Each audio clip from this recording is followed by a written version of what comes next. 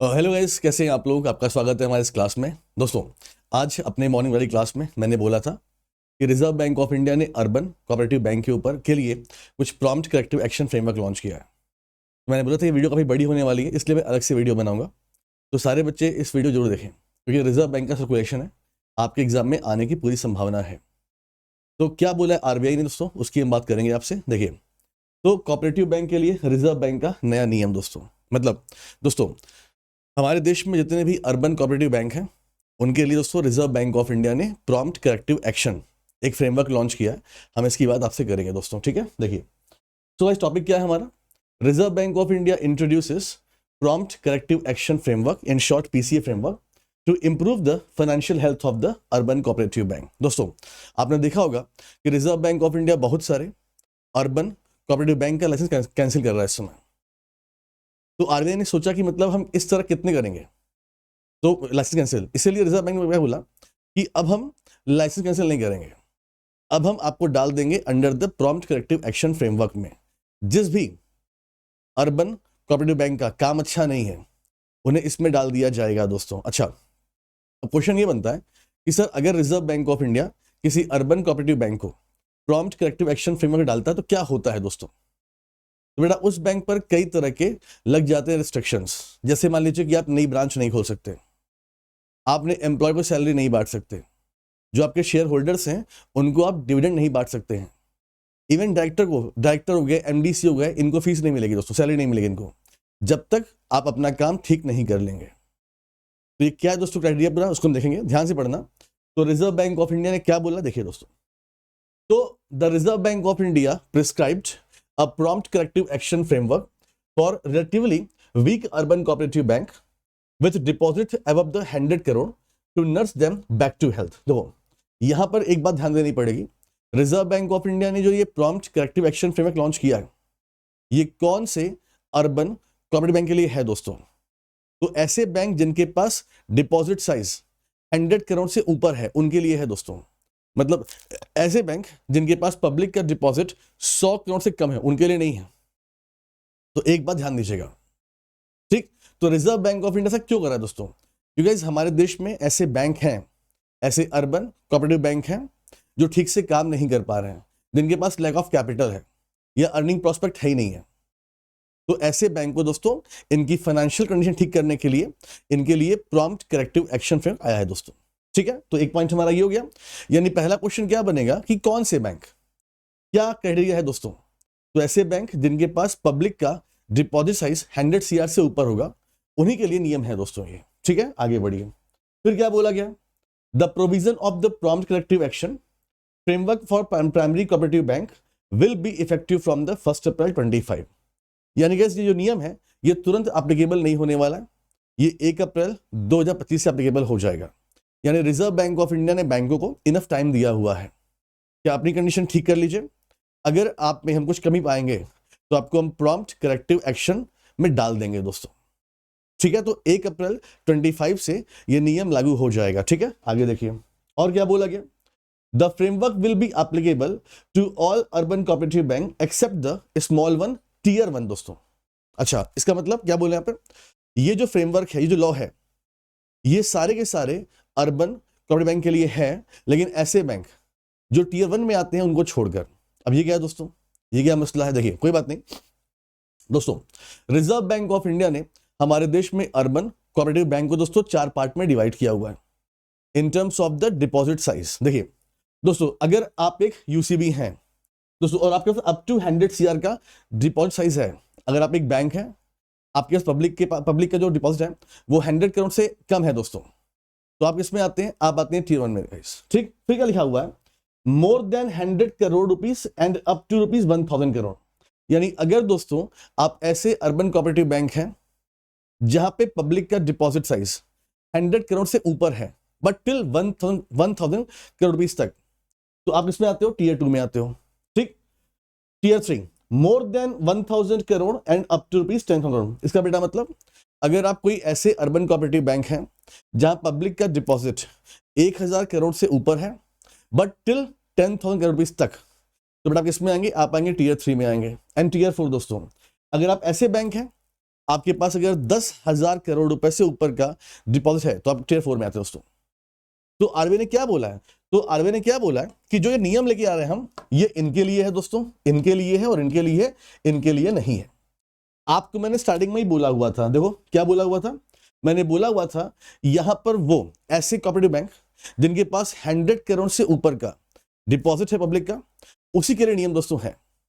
तो टियर 1 को हम इसमें रखेंगे, तो टियर 2, टियर 3, टियर 4, तो ऐसे अर्बन कोऑपरेटिव बैंक जो टियर 2 में आते हैं, टियर 3 में या टियर 4 में, उनके लिए ही नियम ये आया है दोस्तों। ठीक है, तो यहां से आपको ये क्लियर हो जाएगा। ठीक है, तो किसे एक्सक्लूड किया गया है वो ध्यान से पढ़ना पड़ेगा आपको दोस्तों। चलिए यहां तक पॉइंट हमारा हो गया, आगे बढ़ते हैं। चलिए दोस्तों अब हम क्या बात करेंगे, देखो अब यहां पर आते मेन मुद्दे पर आते हैं कि रिजर्व बैंक ऑफ इंडिया वो कौन कौन से फैक्टर्स हैं जिनको देखेगा कि इन फैक्टर्स पर अगर ये जो अर्बन कोऑपरेटिव बैंक है काम नहीं कर पा रहे हैं, तब इनको हम डालेंगे प्रॉम्प्ट करेक्टिव एक्शन में दोस्तों। ये 3 फैक्टर है गाइस। पहला क्या है, पहला है कैपिटल एडिक्वेसी रेशियो CAR दोस्तों, दूसरा है नॉन परफॉर्मिंग एसेट और तीसरा है प्रॉफिटेबिलिटी। ठीक, ये 3 फैक्टर गाइस हैं। तो रिजर्व बैंक ऑफ इंडिया किसी भी यूसीबी को इन 3 फैक्टर पे जज करेगा, इन 3 फैक्टर पे जज करेगा दोस्तों। कैसे मैं एक्सप्लेन करता हूं, देखिए बारी बारी से, देखो आगे बढ़ते हैं गाइस। देखो क्या बात है, once place under the PCA the entity मतलब bank faces several business restriction which are lifted only when it meet the necessary regulatory requirement। इसका बेटा मतलब क्या बोला गया, अगर किसी यूसीबी को reserve Bank of India prompt corrective action framework में डालता है तो उस बैंक के ऊपर कई तरह के बिजनेस बैन लग जाएंगे दोस्तों, और ये बैन तभी हटेंगे जब आप ठीक से काम करोगे तब। तो ये मैं पहले बोल चुका हूं गाइस कि भाई ये क्या इसका मतलब होता है, अगर किसी यूसीबी को प्रॉम्प्ट करेक्टिव एक्शन में डाला गया तो आप बहुत कुछ नहीं कर सकते हो। जैसे मैंने एग्जांपल दिया ना, आप नई ब्रांच नहीं खोल सकते, आप अपने MD CEO को सैलरी नहीं बांट सकते, आप अपने एम्प्लॉय को सैलरी नहीं बांट सकते, तो ये सब चीजें हैं गाइस। ठीक है, तो हमने क्या बेटा बात किया कि 3 फैक्टर दोस्तों हैं। अब बेटा ये 3 फैक्टर में कंडीशन क्या है दोस्तों, देखिए ध्यान से देखिए क्या बोला गया, ध्यान से पढ़ना। हाँ दो कंडीशन दोस्तों। अब बेटा क्या बोला गया, under the PCA framework cooperative bank with more than 6 से लेकर 12% net NPA ratio can be place under the restriction. इसका बेटा मतलब ये हो गया, अगर दोस्तों कोई यूसीबी है, अगर दोस्तों उसका नेट NPA 6%, 6%, 7%, 8%, 9%, 10%, 11%, 12%, मतलब 6 से ऊपर दोस्तों, अगर किसी कोऑपरेटिव बैंक का नेट NPA रेशियो 6% से ऊपर है 12 तक, तो बेटा डेफिनेटली उसे हम प्रॉम्प्ट करेक्टिव एक्शन फ्रेम डाल देंगे दोस्तों। तो आप बोलोगे सर 6 से 12 का मतलब क्या हुआ, मतलब हम सीधे 6 बोल देते, हम ऐसे बोल देते ना कि अगर कोई बैंक है जिसका NPA 6 से ऊपर है, अगर 6 है, 7 है, 8 है, 9 है, तो उसे हम डाल देंगे फिर। ये 6 से 12 हम क्यों बोल रहे हैं, इसका एक लॉजिक है दोस्तों जो मैं आपको आगे समझाऊंगा। ठीक, नेक्स्ट। तो बेटा ये क्या बात हो गई NPA की, मैंने क्या बोला था 3 फैक्टर हैं, एक कैपिटल एडिक्वेसी रेशियो, एक प्रॉफिटेबिलिटी और एक आपका NPA। तो बेटा NPA में कंडीशन क्या है, अगर किसी बैंक का नेट NPA रेशियो 6%, 7%, 8%, 9, 10, 11, 12 तक है, तो बेटा उसको डेफिनेटली प्रॉम्प्ट करेक्टिव एक्शन डाला जाएगा दोस्तों। ठीक है, next. UCB which have been posting net loss for the 2 consecutive financial year also be placed under the framework। दूसरा नंबर हो। अब बेटा आरबीआई ने क्या बोला है, in terms of the profitability, अगर कोई कोऑपरेटिव बैंक है दोस्तों जो पिछले 2 फाइनेंशियल ईयर से लॉस में है, तो उसको भी प्रॉम्प्ट करेक्टिव एक्शन में डाल दिया जाएगा। जैसे गाइस इस समय 24% चल रहा है।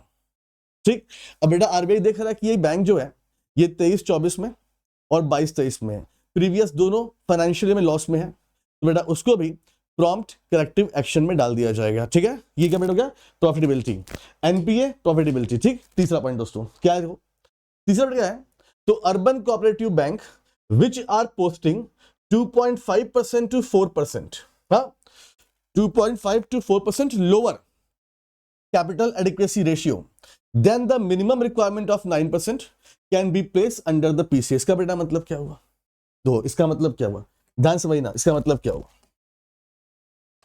तो बेटा रिजर्व बैंक ऑफ इंडिया ने क्या बोला कि जो अर्बन कोऑपरेटिव बैंक है दोस्तों, तो इनके पास 9% का कैपिटल एडिक्वेसी रेशियो होना चाहिए। 9 का। अब बेटा मान लो कि 9 आपने मेंटेन नहीं किया, आपने 8 ही मेंटेन किया, तब भी आपको नहीं डालेंगे पीसीए में। अगर बेटा मान लीजिए 7 आपने किया दोस्तों, तब भी बेटा नहीं डालेंगे आपको। बट दोस्तों अगर बेटा 6.5 हुआ आपके पास ये CR, तो बेटा आपको डाल दिया जाएगा। हाँ, क्या लिखा है दोस्तों को? लिखा है 2.5 to 4% दोस्तों। इसका बेटा मतलब क्या हुआ देखो दोस्तों, तो बेटा 6.5 प्लस 2.5 कितना होता है? अगर हम इसमें जोड़ें 2.5, ये कितना हो जाएगा? 5 5 10 9 बेटा ये हो जाएगा। ठीक है। तो बेटा कहने का मतलब क्या है, अगर आपको मेंटेन करना है 9% का कैपिटल एडिक्वेसी रेशियो, अगर आप मेंटेन नहीं कर पा रहे हैं, अगर आपने 8 मेंटेन किया तब भी कुछ नहीं बोलेगा, अगर आपने 7 किया तब भी नहीं करेगा, अगर 6.5 बेटा है तो आपको डाल दिया जाएगा। ठीक, ध्यान से। तो 2.5 से लेके 4% लोअर, इसका बेटा मतलब क्या हुआ? इसका बेटा मतलब ये हुआ, तो 6.5 दोस्तों हुआ, डाल दिया जाएगा आपको दोस्तों। अब बेटा मान लीजिए आपने 6 मेंटेन किया तब भी डाल देंगे आपको, अगर बेटा आपने 5 मेंटेन किया तब भी आपको डाल देंगे। इसका बेटा मतलब क्या हुआ?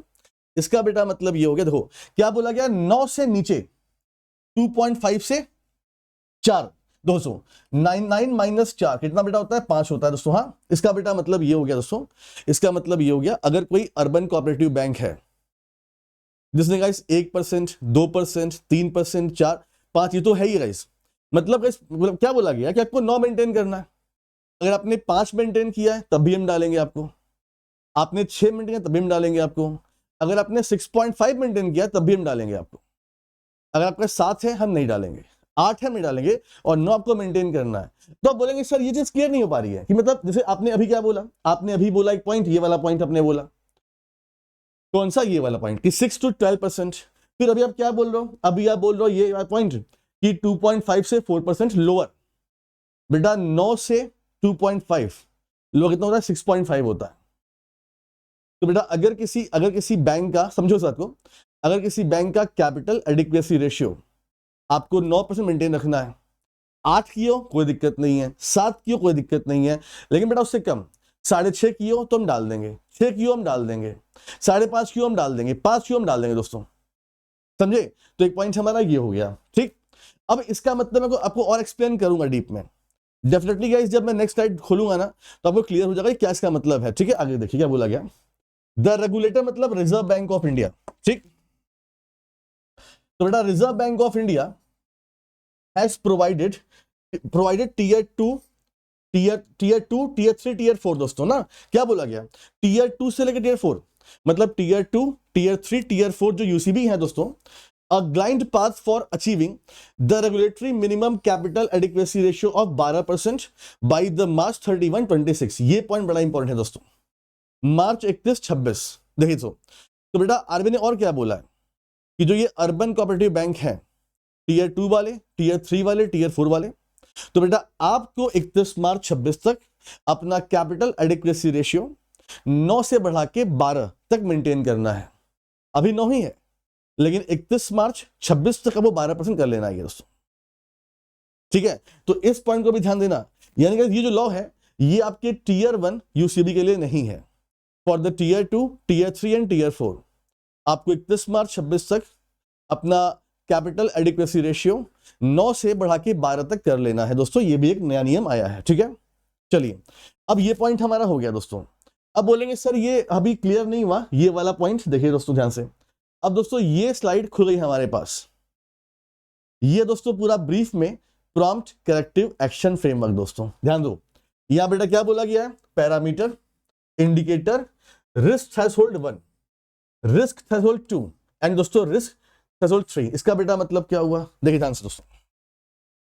तो बेटा यहां पर हम क्या समझा रहे थे आपको, देखो दोस्तों, देखो तो बेटा क्या है दोस्तों, रिजर्व बैंक ऑफ इंडिया जब किसी बैंक को दोस्तों डालता है प्रॉम्प्ट करेक्टिव एक्शन फ्रेमवर्क में दोस्तों, हाँ, तो बेटा यहां पे 3 तरह के रिस्क होते हैं।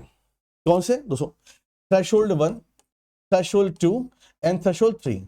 इसका बेटा मतलब ये 3 लेवल की आप बात कर लीजिए। जैसे फॉर एग्जांपल दोस्तों, आप कोई वीडियो गेम खेलते हैं, आप बेटा कोई वीडियो गेम खेलते हैं, आपने एंटर किया, आपने लेवल 1 खेला, लेवल 1 इजी होता है, लेवल 2 और टफ होता है, और लेवल 3 और टफ होता है। तो बेटा प्रॉम्प्ट करेक्टिव एक्शन वाले 3 लेवल दोस्तों हैं, लेवल 1, लेवल 2 एंड लेवल 3। इसका बेटा मतलब देखिए दोस्तों, अगर दोस्तों आपको रिजर्व, ध्यान से मुझे सुनो, अगर रिजर्व बैंक ऑफ इंडिया ने आपको प्रॉम्प्ट करेक्टिव एक्शन में डाला है थ्रेशोल्ड 1 में दोस्तों, तब भी कुछ गनीमत है गाइस। बेटा नॉर्मली क्या होता है दोस्तों, जब दोस्तों रिजर्व बैंक ऑफ इंडिया किसी बैंक को थ्रेशोल्ड 1 में डालता है दोस्तों, तो बेटा वो बैंक अपनी नई ब्रांच नहीं खोल सकता है। ठीक। दूसरा गाइस, जब रिजर्व बैंक ऑफ इंडिया बेटा किसी बैंक को डालता है पीसीए में बट थ्रेशोल्ड 2 में दोस्तों, तो बेटा आप नई ब्रांच तो नहीं खोल पाएंगे। इसके अलावा दोस्तों अपने डायरेक्टर को सैलरी नहीं बढ़ पाएंगे अपने। ठीक। और अगर दोस्तों रिजर्व बैंक ऑफ इंडिया बेटा किसी बैंक को इसमें डालता है थ्रेशोल्ड 3 में, ना तो आप नई ब्रांच खोल पाएंगे, ना तो आप हायरिंग कर पाएंगे दोस्तों, ना तो आप सैलरी बांट पाएंगे, और ना तो बेटा जो शेयर होल्डर्स आपके हैं उनके प्रॉफिट का पार्ट दे पाएंगे। समझे? इसका बेटा मतलब ये थोड़ा इजी है, ये और टफ है और ये और टफ है दोस्तों। तो बेटा पीसीए में 3 थ्रेशोल्ड आते हैं, पीसीए में आते हैं 3 थ्रेशोल्ड। देखो मैं समझाता हूं कैसे। दो गाइस, क्या बेटा बोला गया, तो गाइस पहले बेटा हम क्या बात करेंगे, हम पहले बात करेंगे about the capital adequacy ratio, इसकी बात उसको करेंगे। ठीक। तो minimum regulatory requirement S applicable मतलब 9% दोस्तों। देखो अब बेटा क्या बोला है दोस्तों, आरबीआई ने बेटा क्या बोला कि आपको कैपिटल एडिक्वेसी रेशियो 9% मेंटेन रखना है। ठीक। अगर आप 8 मेंटेन करते हैं तो कोई दिक्कत नहीं है, पीसीए में नहीं डालेंगे। अगर आप 7 मेंटेन करते हैं नहीं डालेंगे। लेकिन दोस्तों अगर दोस्तों आप 250 बेसिस पॉइंट कम करते हैं मतलब 6.5%, दोस्तों अगर बेटा आप 6.5% करेंगे तो बेटा कहने का मतलब क्या है कि बेटा रिजर्व बैंक ऑफ इंडिया आपको डाल देगा under the prompt corrective action framework में, लेकिन दोस्तों थ्रेशोल्ड 1 में डालेगा। अभी आप नहीं माने दोस्तों, मान लीजिए कि अगर दोस्तों मान लीजिए आपका बेटा जो ये सीआर है वो 250 से और ऊपर हो गया बेटा, 400 दोस्तों, 400 तक कैसे, हाँ मतलब 250 से 4, इसका बेटा मतलब 5% तक। यानी अगर आपको 9% कैपिटल एडिक्वेसी रेशियो मेंटेन करना था, आपने मेंटेन नहीं किया, मान लीजिए आपने 6.5 मेंटेन किया तो आपको इसमें डालेंगे। लेकिन बेटा आपने और कम मेंटेन किया है, मतलब गाइस मान लीजिए 6% या दोस्तों 5.5% या बेटा 5% तक, तो बेटा आप इसमें आओगे कब तक, 5% तक दोस्तों। ठीक। 400 लिखा, 420 पॉइंट। बेटा फिर क्या है, अगर तो इससे भी ऊपर हुआ गाइस, अगर बेटा आपने 5 से कम मेंटेन किया, 4.5, 4, 3.5, तो बेटा किसमें डालेंगे, आपको डालेंगे 3 में डाल देंगे, इसमें डाल देंगे दोस्तों। देख लीजिए, समझे? तो ये इसलिए बोला गया था, ये जो मैं रेंज दिया था, रेंज इसलिए दिया था कि अगर आपका 6.5 हुआ तो आपको इसमें डालेंगे, अगर 6.5 से कम हुआ 5 तक इसमें डालेंगे, अगर बेटा 5 से कम हुआ तो इसमें डाल देंगे आपको। इसका मतलब क्या होता है गाइस, मैंने पहले एक्सप्लेन किया what is the meaning of threshold 1, threshold 2, threshold 3। ठीक है, आगे देखिए नेक्स्ट एनपीए दोस्तों। हाँ एनपीए कितना बेटा बोला गया था, एनपीए 6 से 12%, कि आपका जो एनपीए है दोस्तों अगर वो 6% हुआ आपको डाल दिया जाएगा। ठीक हो क्या बेटा, बोलिए दोस्तों, अगर बेटा आपका जो एनपीए है वो दोस्तों बेटा 6% के बराबर है, ठीक 6% के बराबर है, या दोस्तों उससे ज्यादा है लेकिन 9% तक, 9 से कम मतलब आपका नेट एनपीए जो है वो 6 से ज्यादा है, 6 मतलब 6 है या 6.5 है या 7 है, 7.5 है, 8 है, 8.5 है, 9 है दोस्तों, 9 से कम तक, तो बेटा आपको डालेंगे हम थ्रेशोल्ड 1 में दोस्तों। ठीक। अगर दोस्तों बेटा आपका एनपीए जो है वो बेटा 9% के बराबर है, लेकिन दोस्तों या उससे ऊपर है बट लेस देन 12% हो, इसका बेटा मतलब अगर आपका एनपीए 9% है, 9.5% है, 10% है, 10.5% है, 11, 11.5, बेटा आपको इसमें डालेंगे 2 में। और दोस्तों अगर बेटा आपका एनपीए 12 से ऊपर गया दोस्तों, तो बेटा आपको डालेंगे 3 में डालेंगे। इसलिए हमने रेंज दिया आपको दोस्तों, समझे? तो 6 से 12 हमने क्यों किया था, उसके पीछे रीजन दोस्तों है, अगर आपका एनपीए 6% या उसके ऊपर 9% तक, हम किस में डालेंगे 1 में, मतलब थ्रेशोल्ड 1 में। अगर आपका 9 से ऊपर है 12 तक, हम किस डालेंगे 2 में। अगर 12 से ऊपर हो गया तो हम 3 में डाल देंगे दोस्तों। देखो यहाँ पे दो ऐसे, तो बेटा 6% से लेकर 9% से कम, मतलब 9 से कम मतलब 8.5 मान लो है। यहां बेटा क्या बोला गया, 9% से लेकर 12 से कम मतलब 11.5 मान लो, और यहां बेटा 12 या 12 से ऊपर, 12 से ऊपर दोस्तों। ठीक है, आगे देखिए। अब गाइस प्रॉफिटेबिलिटी, इसमें क्या बेटा बोला गया, सिंपल सा पॉइंट इसमें है, अगर आपका दोस्तों फॉर एग्जांपल पिछले 2 फाइनेंशियल ईयर में आप लॉस में है दोस्तों, तो आपको वैसे भी प्रॉम्प्ट करेक्टिव एक्शन में डाल दिया जाएगा दोस्तों। ठीक है, देखो यहाँ पे, अब यहाँ बेटा माइनस, मतलब यहाँ पे कुछ नहीं है, इसका बेटा मतलब in the case of profitability केवल एक ही रिस्क होता है, मतलब एक ही होता है थ्रेशोल्ड 1, 2, 3 यहाँ पे नहीं आता है।